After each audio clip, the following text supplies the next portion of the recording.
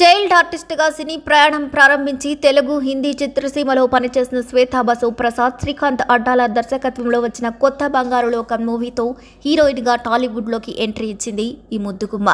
టాలీవుడ్లో అడుగుపెట్టిన శ్వేతా బసు మొదటి సినిమాతోనే మంచి విజయం సాధించింది. ఇలా కెరీర్ పరంగా హీరోయిన్గా అప్పుడప్పుడే చిన్న చిన్న అవకాశాలతో దూసుకుపోతున్న శ్వేతా బసు జీవితం ఒక్కసారిగా వివాదాల్లో చిక్కుకుంది.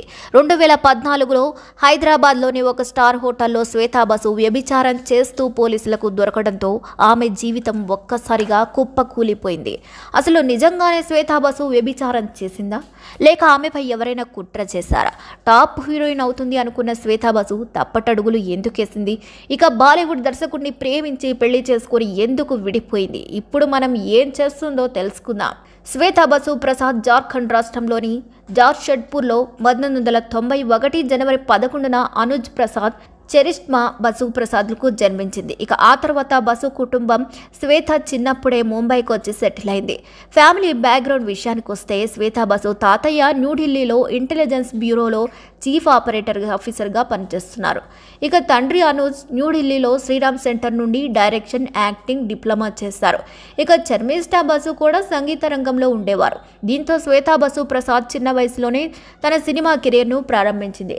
చైల్డ్ ఆర్టిస్ట్గా బాలీవుడ్లో ఎంట్రీ ఇచ్చి ఇలా 2002లో శ్వేతా బసు ప్రసాద్ తొలిసారిగా మగ్ధీ మూవీలో ద్విపాత్ర అభినయం చేసి ఉత్తమ బాలనటిగా జాతీయ అవార్డు అందుకుంది. ఇలా వెండి తెరపై విజయం సాధించిన తర్వాత జీ టీవీలో ఎక్స్ జోన్, స్టార్ ప్లస్లో కహానీ ఘర్ ఘర్కి, సోనీ టీవీలో కుటుంబ్, స్టార్లో కరిష్మా, జీ టీవీలో ది మ్యాజిక్ మేకప్ బాక్స్ వంటి చాలా టీవీ షోస్, సీరియల్స్లో నటించింది. ఇలా ఫుల్ ఫామ్లో ఉన్న శ్వేతా బసు కొత్త బంగారు లోకం కంటే 3 ఏళ్ల ముందే హిందీలో ఇక్బాల్ అనే మూవీతో ఎంట్రీ ఇచ్చి 4 సినిమాలు కూడా చేసింది. ఇలా ఆ తర్వాత 2008లో టాలీవుడ్కి ఎంట్రీ ఇచ్చి కొత్త బంగారు లోకం మూవీతో స్టార్డమ్ సంపాదించుకుంది. వరుసగా రైడ్, కాస్కో, కళా వర్కింగ్, ప్రియుడు వంటి సినిమాలు చేసింది. అయితే వీటిలో ఏ మూవీ కూడా సక్సెస్ అందుకోలేదు. తమిళ్లో, హిందీలో వరుసగా సినిమాలు చేసింది, కానీ పెద్దగా కలిసి రాలేదు. ఇలా సరైన అవకాశం కోసం చూస్తున్న శ్వేతా బసు 2014లో హైదరాబాద్లోని ఓ స్టార్ హోటల్లో పోలీసుల రైడ్లో శ్వేతా బసు దొరకడం పెను సంచలనం క్రియేట్ చేసింది. శ్వేతా బసు వ్యభిచారం చేస్తూ పట్టుబడిందని పోలీసులు ఛార్జ్షీట్ ఫైల్ చేశారు. కోర్టు ఆదేశాల మేరకు రెస్క్యూ హోమ్కు శ్వేతను తరలించగా సెక్స్ రాకెట్ నిర్వాహకుడు ఆంజనేయులు అలియాస్ బాలును, కొందరు విటులను జైలుకు తరలించారు. అయితే తాను వ్యభిచారం చేయడానికి ఆర్థిక పరిస్థితులే కారణమని శ్వేతా బసు చెప్పినట్లు అప్పట్లో వార్తలు వచ్చాయి. అయితే ఇది జరిగిన 2 నెలలకు శ్వేతా బసుపై మోపిన అభియోగాలన్నింటినీ నాంపల్లి మెట్రోపాలిటన్ స్టేషన్కు కోర్టులు కొట్టివేసింది. ఇక ఓ మీడియా జర్నలిస్ట్ కారణంగా తనపై తప్పుడు అభియోగాలు మోపి అరెస్టు చేసినట్లుగా మీడియాకి లేఖ రాసింది శ్వేతా బసు. సంతోషం ఫిల్మ్ అవార్డుల ఫంక్షన్ కోసం తాను హైదరాబాద్ హోటల్లో ఉన్నట్లు తెలిపింది.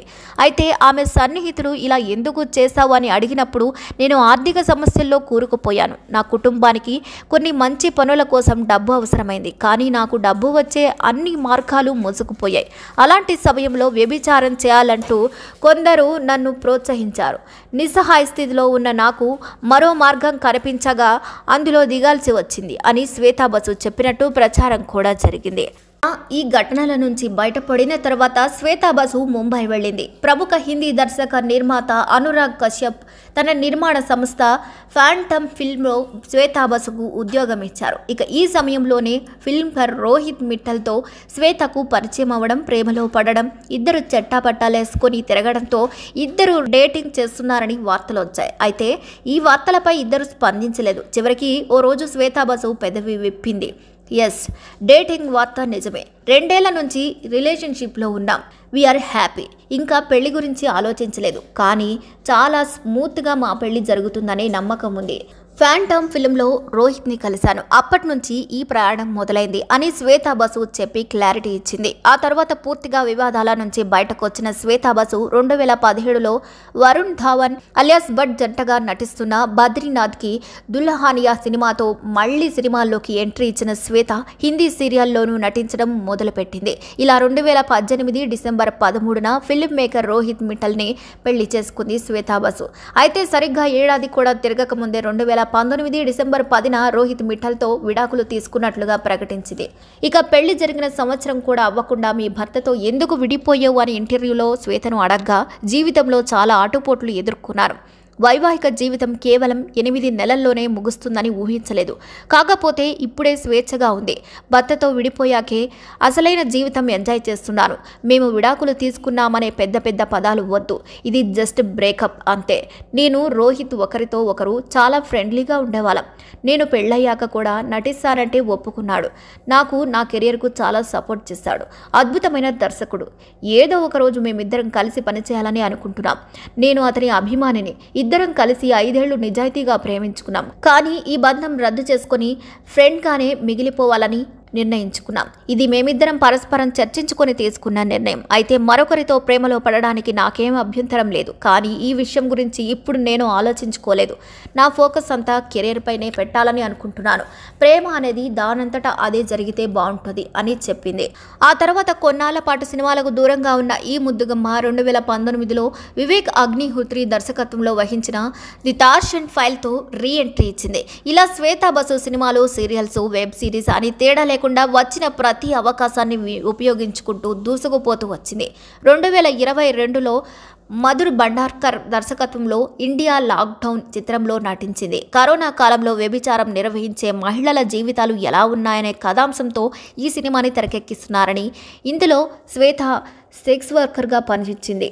అయితే అందులో భాగంగానే కామదీపురలో వ్యభిచారం నిర్వహించే మహిళలను కలిసింది. ఇలా ఆ తర్వాత 2022లోనే డిజ్నీ ప్లస్ హాట్స్టార్లో వచ్చిన criminal justice, 2023 jubilee, 2024 Tribhuvan Mishra, CA టాపర్గా వంటి వెబ్ సిరీస్లో నటిస్తూ కెరీర్ పరంగా దూసుకుపోతుంది. చైల్డ్ ఆర్టిస్ట్గా బాలీవుడ్లోకి ఎంట్రీ ఇచ్చి ఉత్తమ బాలనటిగా జాతీయ అవార్డు అందుకున్న శ్వేతా బసు తెలుగులో కొత్త బంగారు లోకం సినిమాతో 17 ఏళ్లకే క్రేజ్ హీరోయిన్గా స్టార్డమ్ తెచ్చుకుంది. అయితే అనుకోని విధంగా 23 ఏళ్లకే హోటల్లో వ్యభిచారం చేస్తూ దొరికింది అనే ముద్ర పడిపోవడంతో కెరియర్ని ఒక్కసారిగా కోల్పోయి మళ్ళీ రీ ఎంట్రీ ఇచ్చి తన ప్రస్థానాన్ని చాటుకుంది. శ్వేతా బసు నిజంగా ఆమె వ్యభిచారం చేస్తుందో లేక ఆమెను ఫ్రేమ్ చేసి ఇరికించారో తెలియదు. కానీ ఇప్పటికీ చాలామంది ఆమె తప్పు చేస్తూ రెడ్ హ్యాండెడ్గా దొరికిందని నమ్ముతారు. కోర్టు క్లీన్ చిట్ ఇచ్చినా కూడా వ్యభిచారంలో దొరికిందనే నింద మాత్రం ఆమె జీవితంలో మాయని మచ్చగా ఉండిపోయింది.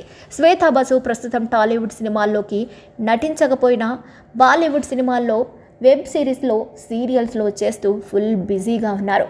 మరి ఈ వీడియోపై మీ అభిప్రాయాలను కూడా ఖచ్చితంగా కామెంట్స్ ద్వారా తెలియచేయండి. మరిన్ని అప్డేట్స్ కోసం మా ఛానల్ని లైక్ చేయండి, షేర్ చేయండి, సబ్స్క్రైబ్ చేయండి.